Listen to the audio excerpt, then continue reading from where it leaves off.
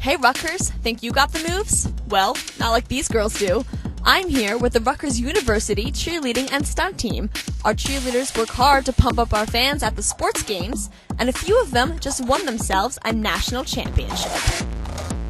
This elite group of women recently competed in Orlando for the 2009 UCA-UDA College Cheerleading and Dance National Championship.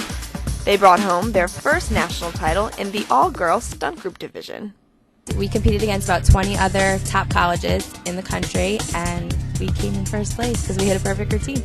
This year's group was 3 seniors and 1 junior, and there really was just a very consistent composure with them. You could tell that they brought a lot of maturity to the table, and they treated it very businesslike. They walked in, they set their practice schedule, they created deadlines, and they just walked into it like a job every day. But there was enjoyment in it as well. We worked really, really hard, and it just became really close, and I think that we trust each other walking onto that mat, and that really made a difference in how well we did.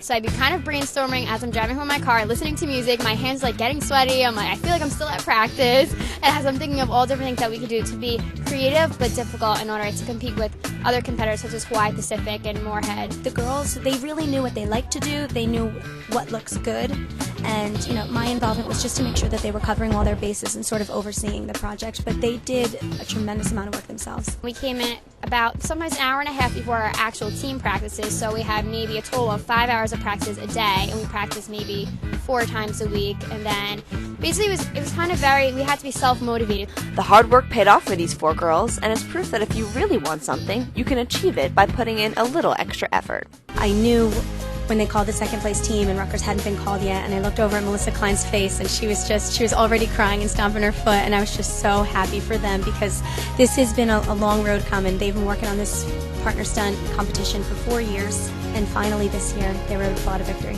I think winning such a prestigious title, just being down there that weekend in the cheerleading world, it's kind of a world of its own. Everybody knew who we were. It was like we were 4 faces in an arena, a huge arena, and everybody was just like, there she is, there's the top girl that won, there they are.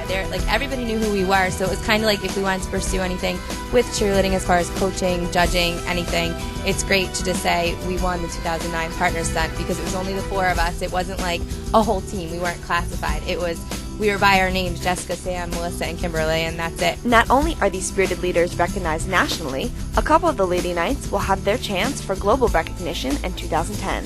Samantha Dowgan and teammate Tony Anuli were selected to be members of the first ever Team USA cheerleading team in the next Summer Olympic Games.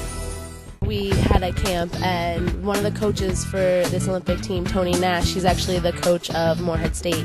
He told us about this team. 2 of us made it, me and Tony Ann. There's going to be a competition in April, and there's 56 countries that are supposed to be competing so far, and we're going to be in with all them competing. Our cheerleaders are true leaders in the Rutgers community and on the national stage. And now they're prepared to bring their talent to the rest of the world. For RUTV, I'm Alisa Purifico.